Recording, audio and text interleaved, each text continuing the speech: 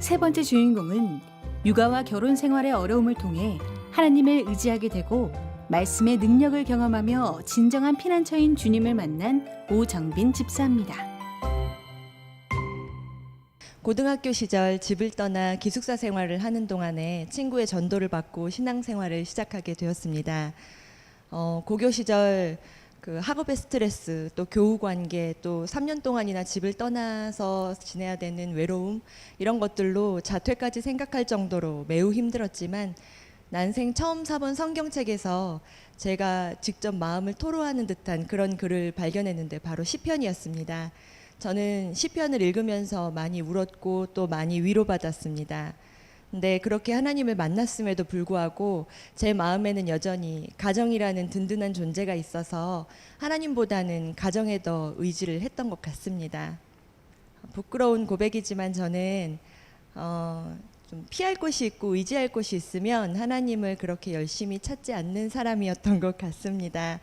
가정으로 또 인간관계로 또 제 자신의 능력에 대한 신뢰로 저는 징검다리 건너듯이 한쪽이 무너지면 또 다른 한쪽으로 그렇게 몸을 피했습니다. 하지만 하나하나 다 그것들이 무너져가는 과정 속에서 저는 점점 하나님을 붙들 수밖에 없었습니다. 결혼하고 나서는 성경 공부도 열심히 다니게 됐고 또 교회에서 하는 상담 치유 그런 과정들도 열심히 참여했습니다. 그렇게 하나님을 조금씩 알아가던 중에 몇 년 전 33개월 된 저희 아이가 보이지 않는 영을 보기 시작하면서부터 저는 정말 죽을 지경에 이르렀다는 게 어떤 말인지 느낄 정도로 저에게 무척 힘겨운 시간이 찾아왔습니다. 아이가 밤에 그 악한 영을 보고 두려움에 떨면 저도 똑같이 급격한 두려움과 영적 눌림에 사로잡혀 벌벌 떨어야 했습니다. 하나님께 정말 살려달라고 매일매일 울부짖으며 매달렸던 시간이었습니다. 근데 하나님은 그 고통의 시간을 놀라운 체험의 시간으로 바꾸어 주셨습니다. 성경 공부 시간에 말씀이 검이라고 배웠던 게 생각나서 대적기도 할 때 말씀을 암송해 두었다가 선포했습니다. 그런데 정말 신기한 것은 제가 이 말씀을 입으로 믿음으로 입으로 직접 선포할 때 그 말씀에 대한 믿음과 확신이 더욱 강하게 제 마음에 들어온다는 것이었습니다. 영접하는 자, 곧 그 이름을 믿는 자들에게 하나님의 자녀가 되는 권세를 주셨으니 라는 이 말씀을 암송하면 이것은 말씀이라는 확고한 약속 속에 한 번 더 보장받는 그런 기분이 드는 겁니다. 실제로 이 말씀으로 싸우고 또 이렇게 선포할 때 대적기도에서 훨씬 수월하게 승리할 수 있었고 또 보혈 찬송이 무척 도움이 많이 됐습니다.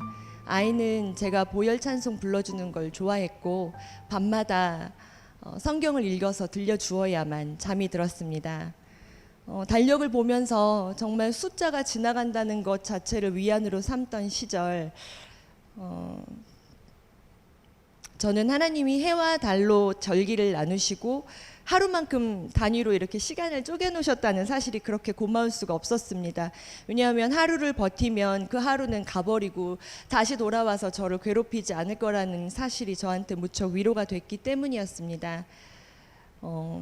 밤새내 대적기도랑 영적 눌림으로 시달리고 나면 어김없이 아침이 찾아왔습니다.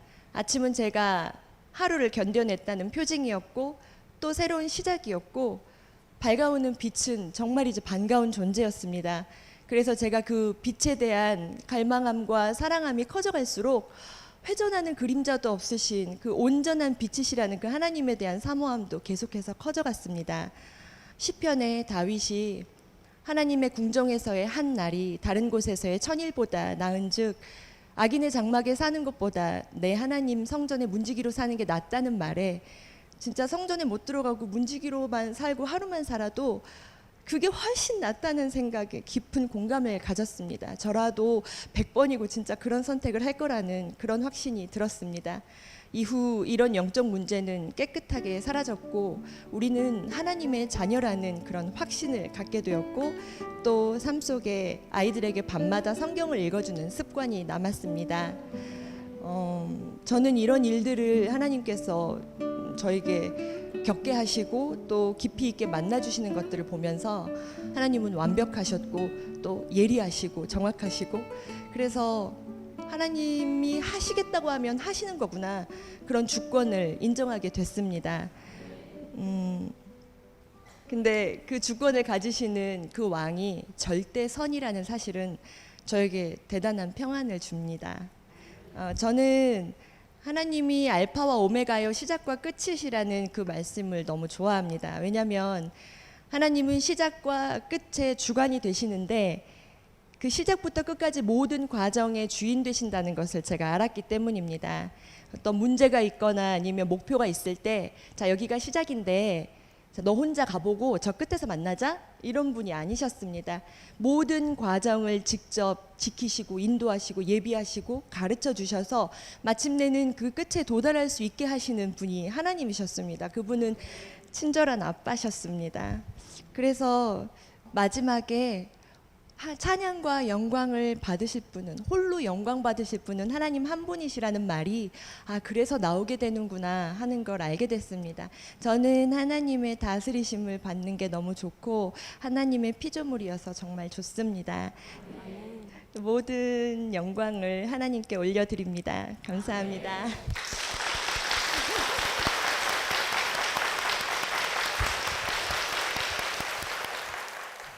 오정빈 집사님의 귀한 간증 함께 나눴습니다. 집사님, 가정을 포함해서 어떤 다른 것들을 피난처로 삼으시다가 어려운 어떤 경험들을 통해서 이제는 주님만이 나의 피난처시다라는 사실을 깨닫게 되셨잖아요. 네. 주님이 나의 피난처이시다라고 했을 때 어떤 점이 가장 좋으신 것 같으세요? 제일 좋은 점은 하나님이 우리의 피난처도 되시지만 그분은 정말 살아계셔서 그 일을 피난처만 되실 뿐 아니라 완전히 주관하시고 해결하시고 그래서 다 좋은 걸로 바꿔버리신다는 게 제일 좋은 것 같습니다. 네. 모든 걸 다 바꿔버리시는 거죠, 그렇죠? 네. 네. 그런 말이 있잖아요. 결혼 생활은 그 사람만 있으면 돼가 아니라 야, 진짜 주님이 필요하구나. 이거를 깨닫는 결혼이 진짜 좋은 결혼이라 그러잖아요. 우리 삶 가운데 어려움이 있지만 그러나 주님이 나의 피난처시라는 사실을 고백하는 이 고백이 참 귀한 고백이라는 생각이 들어요. 우리 집사님은 자녀가 3분이시잖아요. 네. 그 세 자녀를 통해서 보이지 않는 영적인 세계를 알게 하셨고 특별히 말씀의 권세, 그 능력을 체험하게 하셨는데 우리가 이제 말씀 그러면 읽는 게 있고 그다음에 집사님처럼 말씀을 경험하는 게 있잖아요. 이 믿음의 깊이가 어떻게 다른 것 같으세요? 저도 처음에는 말씀을 성도니까 읽어야지 하는 그런 책임감이랑 의무로 다가갔었고 네. 또 실제로 읽었을 때는 그냥 남의 이야기 그래 그런 일이 있었겠지 정도로 생각을 했었는데요. 네. 이제 진짜 이 말씀은 저한테는 이제 살 길이자 또 지독한 위로이자 사랑의 애씀이자 네. 또 진정한 피난처가 됐다고 생각합니다. 네, 말씀이 있기 때문에 견뎌낸 거죠, 그렇죠? 아멘. 맞아요. 우리가 순종의 척도가 깊어질수록 믿음이 커진다는 말이 있는데 우리가 말씀을 그냥 읽는 데서 끝나는 것이 아니라 순종하고 또 그 권세를 막 선포할 때 그 능력이 우리 삶 가운데 나타나는 줄로 믿습니다. 우리 서문교회는 우리 담임 목사님께서 말씀해 주신 것처럼 다음 세대 교육에 앞장서는 그런 교회인데 특별히 우리 집사님이 어와나 교사로 네. 그 다음 세대 교육에 동력을 하고 계십니다. 아이들을 가르칠 때 특별한 은혜가 있을까요? 어떤 은혜들이 있나요? 목사님이 다음 세대를 믿음의 다음 세대를 교회가 키우지 누가 키우냐 하신 말씀을 하셨는데 그때 되게 감동받았고 또 되게 감사했습니다. 네. 그래서 이 어와나 프로그램은 말씀 암송 프로그램이에요. 아이들이 책 한 권에 나와 있는 요절 말씀을 암송하는데 사실은 이게 복음의 요체입니다. 그래서 자기도 모르는 사이에 요절을 외웠을 때 복음의 요체가 쭉 마음 안에 들어오게 되는 프로그램이거든요. 네.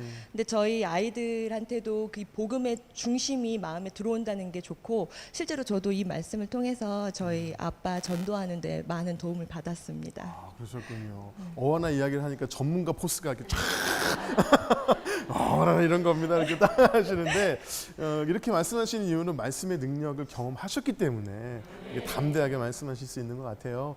집사님 힘들고 어려울 때 위로가 되고 또 견딜 수 있는 힘을 주신 찬양이 있다면 어떤 찬양이 있을까요? 네, 저 들으면 항상 마음이 동하는 찬양이 있습니다. 나의 나 된 것은 다 하나님 은혜라. 이 찬양이 저한테 실제로 제 고백이 됐습니다. 네, 이 찬양이요. 그래요. 네. 우리의 고백 중에 모두 다 하나님의 은혜입니다라는 고백만큼 좋은 고백이 없는 것 같아요, 그렇죠?